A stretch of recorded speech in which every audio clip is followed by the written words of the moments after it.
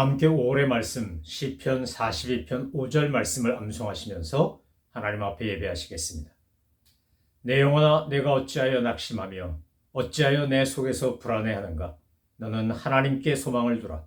그가 나타나 도우심으로 말미암아 내가 여전히 찬송하리로다. 아멘. 찬송가 9장 하늘에 가득 찬 영광의 하나님, 가사를 묵상하며 신령과 진정으로 예배하는 심정으로 찬양하시겠습니다.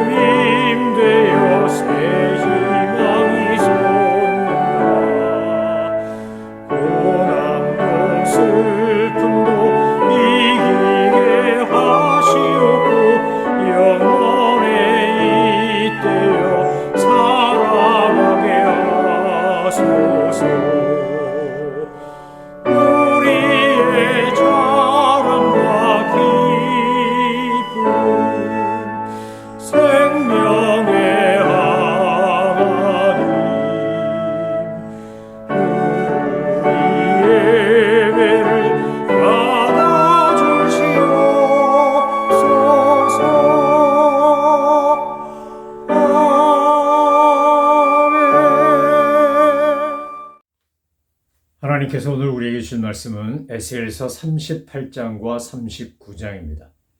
이제 38장부터 48장까지는 내용을 중심으로 4번에 걸쳐 하나님의 말씀을 함께 묵상하고 은혜를 나누고자 합니다.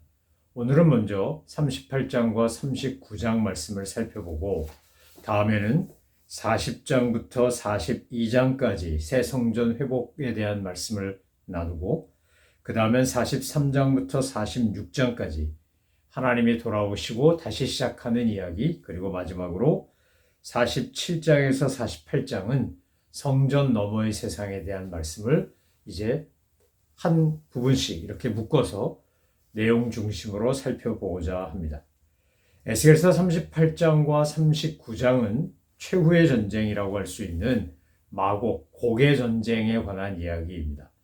이 고개 전쟁에 관한 이야기를 에스겔에게 하나님께서 들려주시고 전하게 하신 이유와 목적이 뭘까? 우리는 38장과 39장을 읽으면서 이 고개 전쟁이라고 하는 이야기를 통해 주님이 정말 그 당시 바벨론의 포로로 끌려와 있던 이스라엘 백성들에게 전하시려는 메시지가 뭐였는가를 매우 궁금해하며 이 말씀을 읽어야 합니다. 이 말씀은 굉장히 상징적이고 은유적이기 때문에 사실 이것을 문자적으로 해석하려고 들면 오류에 빠질 가능성이 매우 높습니다. 그래서 어떤 것은 성경에 나오는 말씀 중에 어떤 것은 은유 또는 비유, 상징인 것이 있고 또 어떤 것은 매우 직접적으로 그냥 문자 그대로 해석해야 되는 것들도 있습니다. 예를 들면 항상 기뻐하라, 쉬지 말고 기도하라, 범사에 감사하라. 이는 그리스도 예수 안에서 너희를 향하신 하나님의 뜻이니라. 이런 말씀은 그냥 그대로 문자 그대로 받아들이고 믿고 실천하시면 됩니다. 거기에 무슨 비유나 상징이 있는 것이 아닙니다. 그래서 그런 것은 그대로 하나님께서 주신 말씀 그대로 믿으면 됩니다.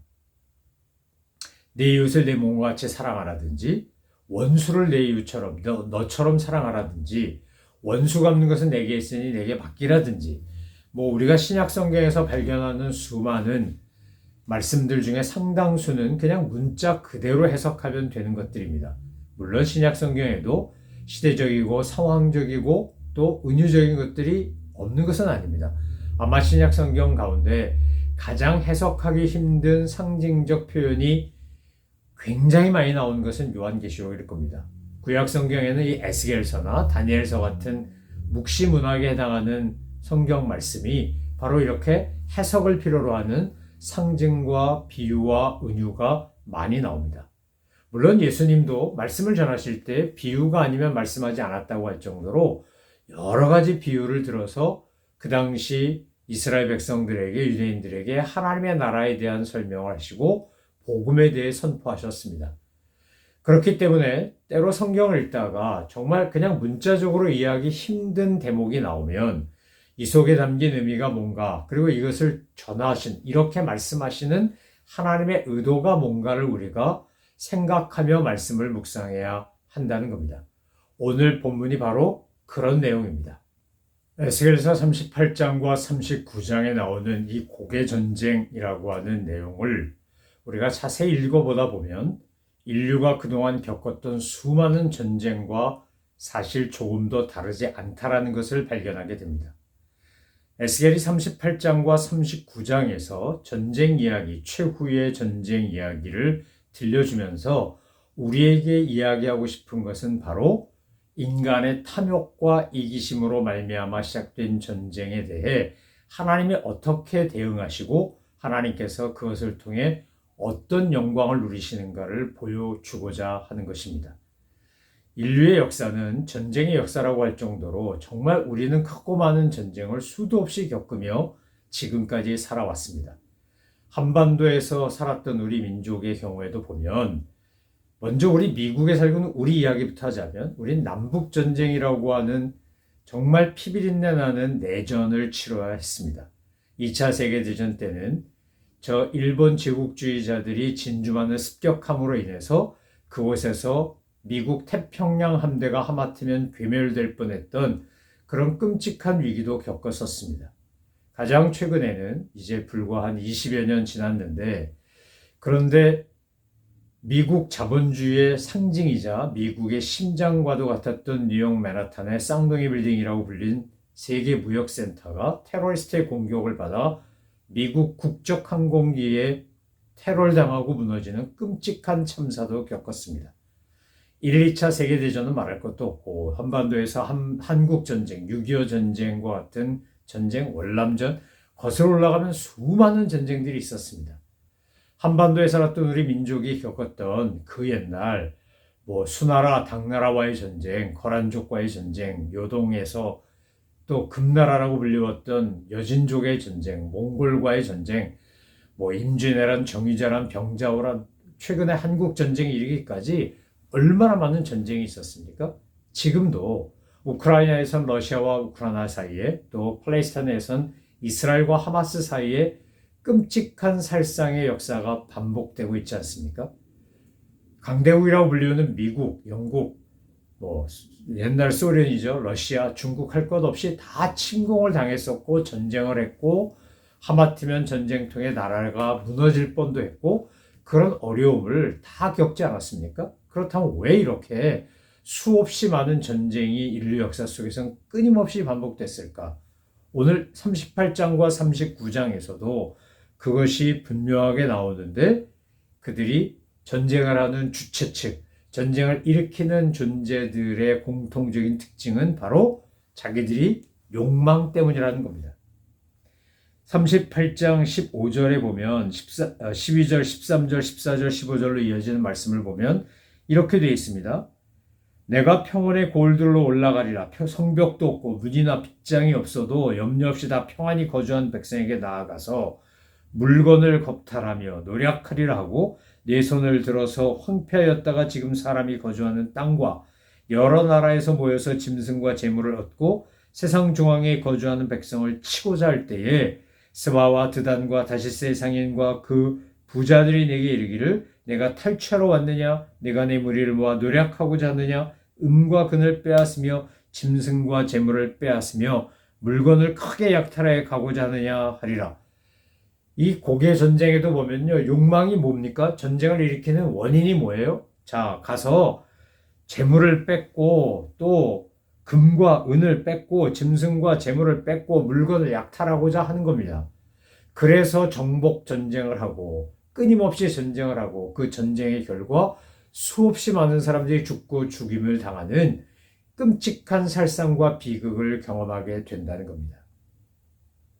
에스겔이 지금 이 고개 전쟁 그리고 고개 심판을 이야기하면서, 사실 이것을 히브리어로 보면 마곡이란 히브리어 단어는 자음 3개, 멤, 기멜, 기멜 이렇게 이루어진 단어입니다. 그런데 이 자음들을 알파벳 순서상 하나씩 앞당겨 읽어오면 어떻게 되냐면 라멕, 벳이 됩니다. 이것을 뒤집으면 뭐가 되냐? 바벨이 되고, 이것은 바벨론과 연결이 된다는 겁니다. 여러분, 성경을 읽으면서 상당히 많은 상징과 은유와 비유가 나오는 것 중에 하나가 에스겔서나 다니엘서 같은 거라고 했고, 신약성경에는 요한계시록이라고 했습니다. 그래서 이 말씀을 읽을 때 해석을 정말 조심하셔야 됩니다.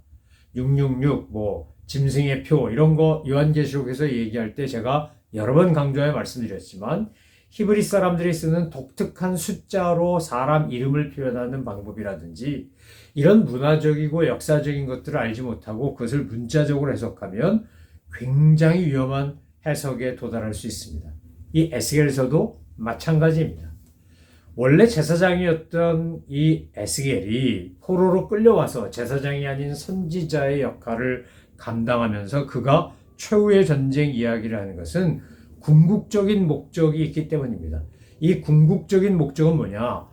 실추된 여호와의 이름, 하나님의 영광을 다시 회복하는 것에 있습니다. 하나님께서 전쟁을 주관하시고 곡을 심판하시고 하는 과정을 통해 이스라엘이 범죄한 것으로 말미암아 땅에 떨어져 버린 하나님의 이름을 이 최후 전쟁을 통해서 다시 회복하시는 하나님의 능력을 보여주는 것입니다. 전쟁의 시기와 장소와 또 목표와 이런 것들이 38장 1절부터 17절까지 자세히 묘사되어 나오고, 그리고 이제 18절부터 23절에 보면 곡을 멸망시키는 하나님의 이야기가 나옵니다. 그리고 39장으로 넘어가면 회복된 하나님의 영광이 잘 묘사되어 있습니다.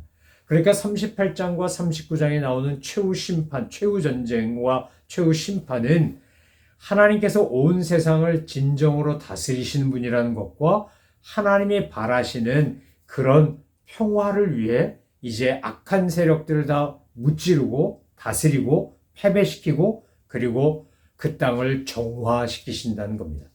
여러분, 지금까지 인류 역사 속에 있었던 수많은 전쟁의 진짜 이유가 뭐라고요? 탐심, 이기심 아니었습니까? 그러니까 이 고개 전쟁을 승리로 이끄신 하나님께서 정말 이 땅에 주고자 하는 것은 바로 진정한 샬롬입니다. 평화인 겁니다. 그래서 전쟁을 벌린 그 존재들이 들짐승의 밥이 되기도 하고 땅에 묻어서 그 시신을 장사 지내기도 합니다.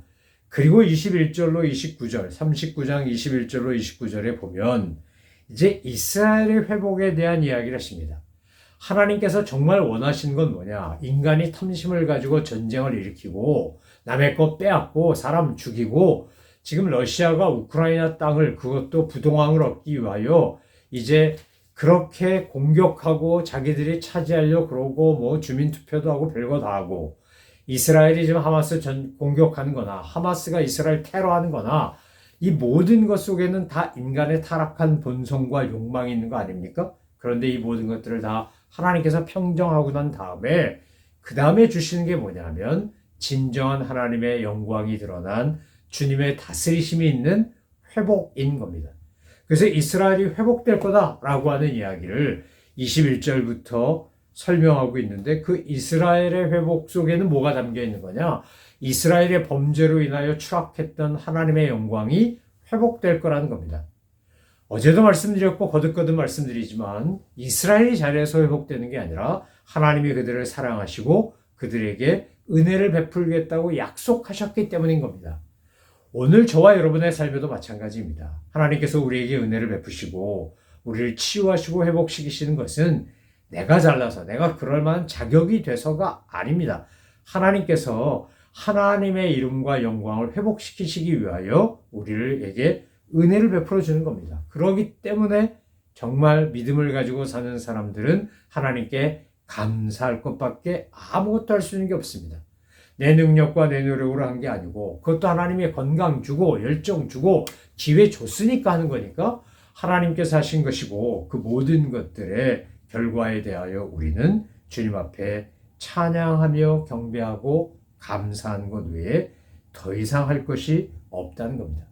38장부터 시작되는 이 섬뜩한 전쟁 이야기의 최종적인 결론은 뭡니까? 그것은 하나님께서 이스라엘 백성들을 귀환시켜서 그들을 다시 하나님의 백성답게 살게 하심으로 인하여 땅에 떨어진 하나님의 영광을 회복하게 하시겠다는 겁니다.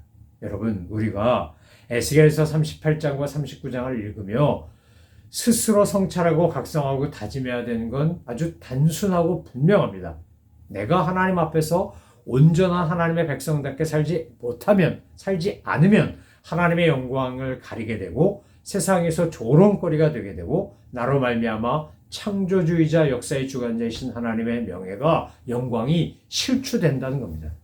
하나님의 이름이 높임을 받고 하나님께 영광을 돌려드리고 주님이 주신 은혜와 복을 우리가 누리고 살기 위해서 저와 여러분이 해야 될 게 뭐냐? 하나님의 얼굴을 구하고 하나님이 그 얼굴을 가리는 일이 없도록 우리를 향하여 얼굴을 돌리시는 일이 없도록 우리가 주님이 원하시는 하나님의 백성답게 살기 위해 애쓰고 노력하고 수고해야 한다는 겁니다. 우리의 힘만으로는 부족하기 때문에 하나님 내 안에 새 영을 부으시고 새 마음을 주시고 하나님 나에게 성령의 능력을 부으셔서 오늘 39장 후반부에 약속하신 것처럼 내가 내 영을 너희에게 줄 것이다.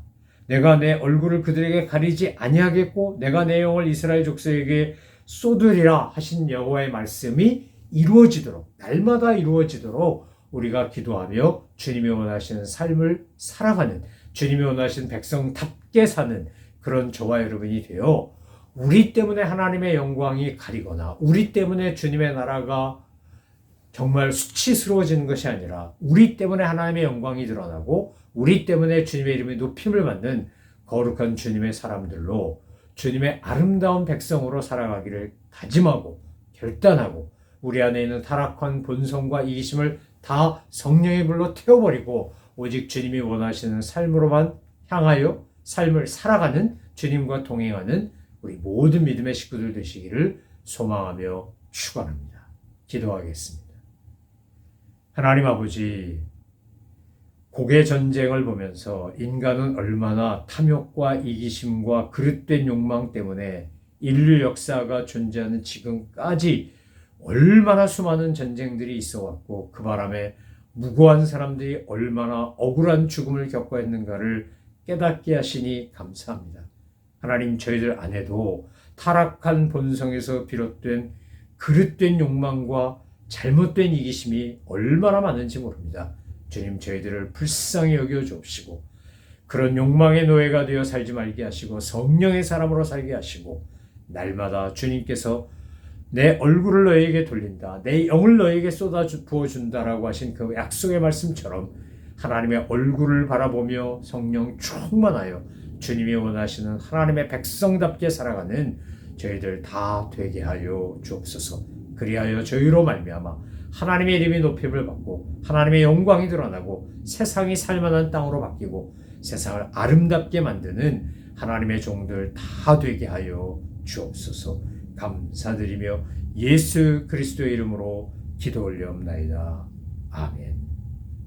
하늘에 계신 우리 아버지, 아버지의 이름을 거룩하게 하시며 아버지의 나라가 오게 하시며 아버지의 뜻이 하늘에서와 같이 땅에서도 이루어지게 하소서. 오늘 우리에게 일용할 양식을 주시고 우리가 우리에게 잘못한 사람을 용서하여 준 것 같이 우리 죄를 용서하여 주시고 우리를 시험에 빠지지 않게 하시고 악에서 구하소서. 나라와 권능과 영광이 영원히 아버지의 것입니다. 아멘.